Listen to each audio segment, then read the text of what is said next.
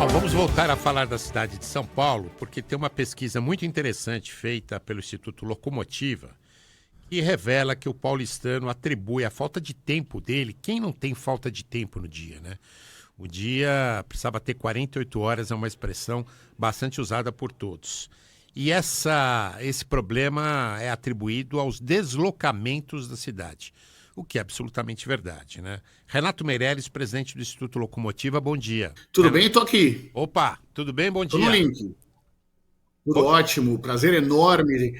Prazer enorme estar aqui na Rádio Bandeirantes. Prazer estar em casa. Prazer falar não só como presidente do Instituto Locomotiva, mas também como colunista da Band News. Pois é, e cidadão de São Paulo, antes de mais nada, que fica parado no trânsito como todos nós. Conta pra gente, resumidamente, o que mostra essa pesquisa, por favor. Olha, foi uma pesquisa bastante extensa, feita a pedido do Uber, né, que mostra na prática que o tempo virou luxo em São Paulo, né? Então, o maior sonho do paulistano hoje é ganhar uma hora a mais no seu dia, né? Nossa pesquisa mostrou que 6 em cada 10 paulistanos preferem uma hora livre a mais por dia do que 10% de aumento no salário, né? O tempo virou o novo salário emocional, vamos dizer assim.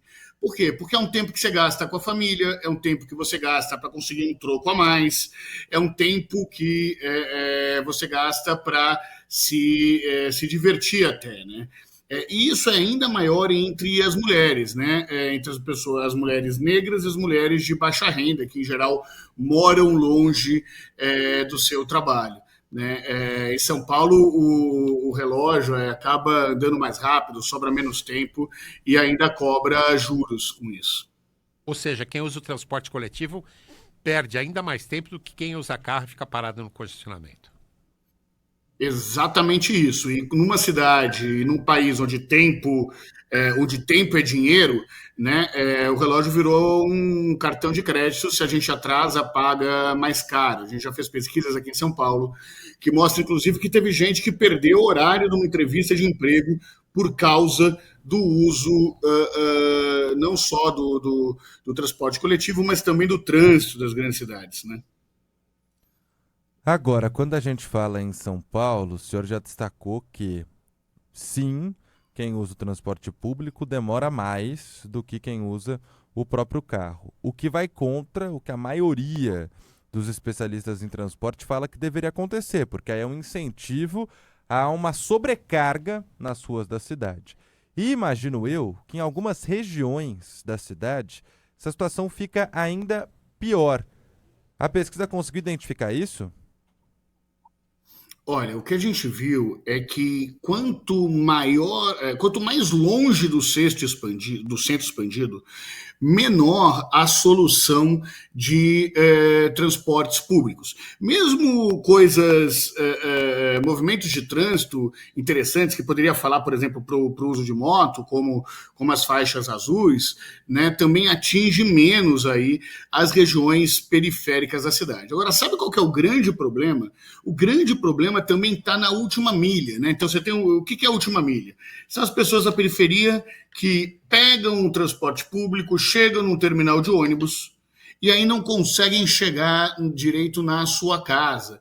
Elas demoram mais 20 minutos, mais meia hora, algumas vezes, andando do terminal de ônibus até a porta da sua casa. O que mostra que uma das soluções de tempo que o paulistano e a paulistana esperam são um novo modal de transporte aí que consiga andar na última milha. É muito comum nós entendermos e enxergarmos na periferia pais ou mães de família, por exemplo, que vão buscar a filha no terminal de ônibus quando ela está voltando da faculdade ou voltando mais tarde do trabalho, porque são pessoas que muitas vezes não têm dinheiro aí para pegar um táxi, para pegar um carro por aplicativo, para conseguir chegar na porta da sua casa, na porta da sua universidade. Apesar da pesquisa ter sido patrocinada pelo Uber, não justifica em hipótese nenhuma o mototáxi na cidade de São Paulo, que significa mais morte na cidade de São Paulo.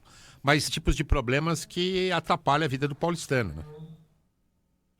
É verdade, são problemas que, infelizmente, não são exceção, né? Acontecem como regra, seja no metrô, seja no trem, seja mesmo no transporte de ônibus, o que obriga, muitas vezes, o paulistano a procurar alternativas do carro, né? Alternativas de soluções de transporte de vans, por exemplo, vans, inclusive, que muitas vezes são utilizadas aí pelo crime organizado, né? São tuteladas pelo crime organizado, em especial nas comunidades.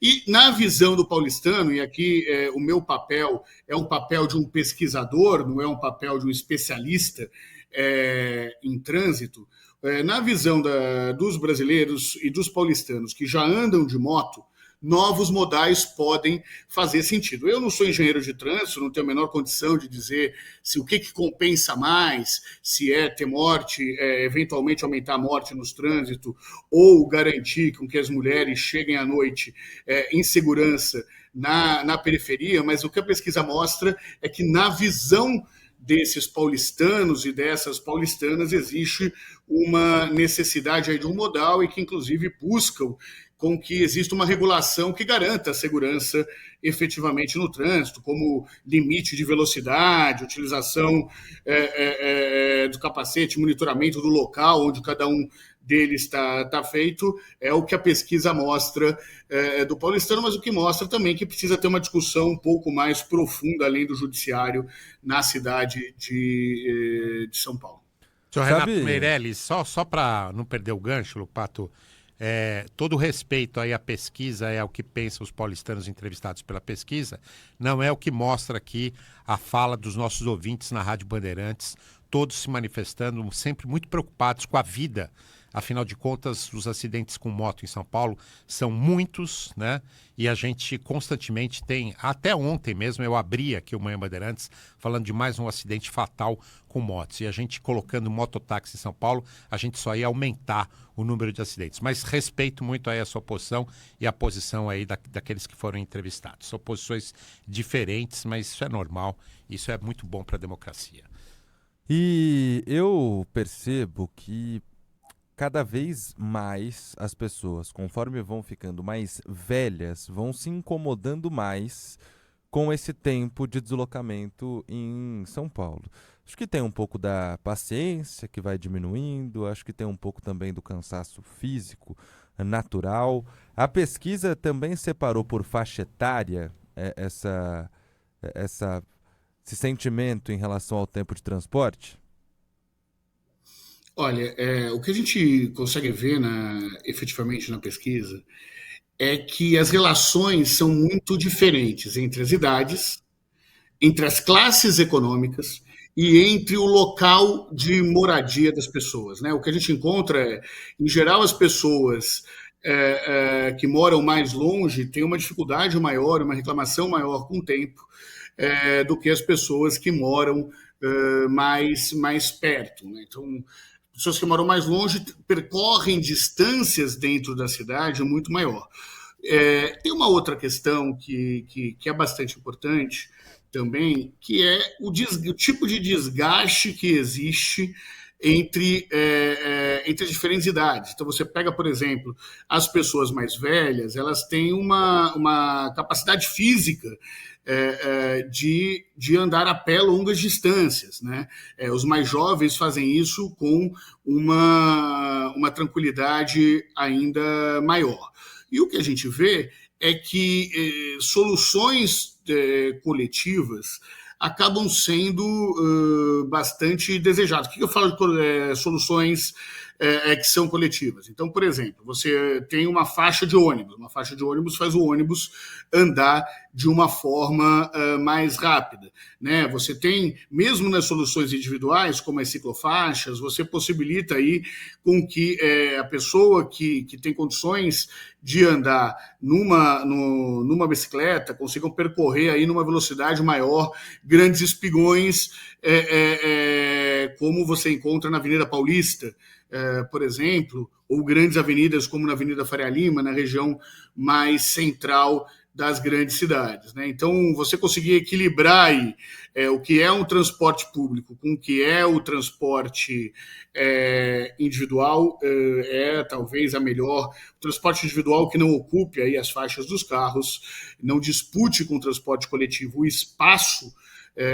da cidade, consegue ter um bom caminho na visão, de novo, dos paulistanos entrevistados. Lembrando que os paulistanos conhecem basicamente todos os modais, né, de transporte. A gente viu que praticamente a totalidade dos paulistanos já usaram transporte coletivo, que 3/4 dos paulistanos já andaram aí de bicicleta, um número muito parecido com os 50% dos paulistanos que já andaram na garupa de uma moto. Sr. Renato Meirelles, presidente do Instituto Locomotiva, que fez essa pesquisa mostrando que as pessoas atribuem aí a falta de tempo aos deslocamentos na cidade, que preferem mais tempo a até mais salário na vida delas. Muito obrigado pela sua participação aqui no Manhã Bandeirantes. Um bom dia para o senhor, viu? Obrigado. Um bom dia, um prazer enorme, um privilégio estar aqui falando no Grupo Bandeirantes. Um beijo enorme.